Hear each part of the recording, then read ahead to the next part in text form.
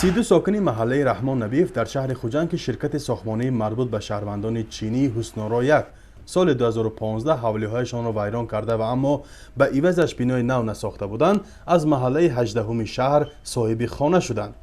این بینای نوی 9 آشیانه را حکومت شهر خوجند ساخته و فردوس شریفزاده شهرداری آن به ساکنان سپرده است.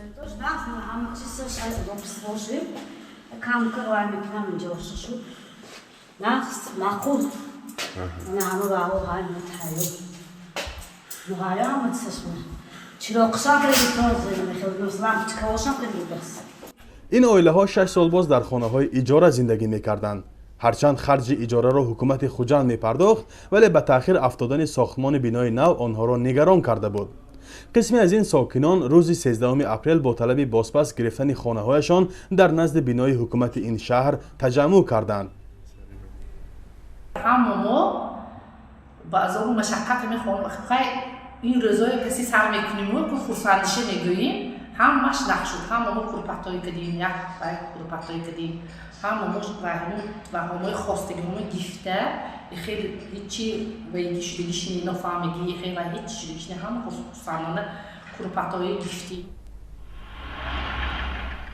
طرح محله که آن را چاینا تاون مینامیدند در نزدیکی رود سیر ماه اوگوست سال 2015 با مدیر کل شرکت پکین جاو شینجا و گروه از معماران چین نهایی شد.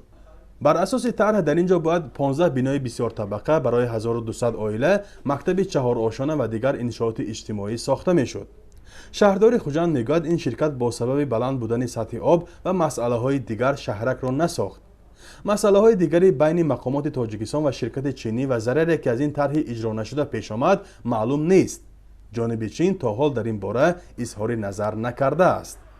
فرزان محمدی، رادیو آزادی، شهر خوجند.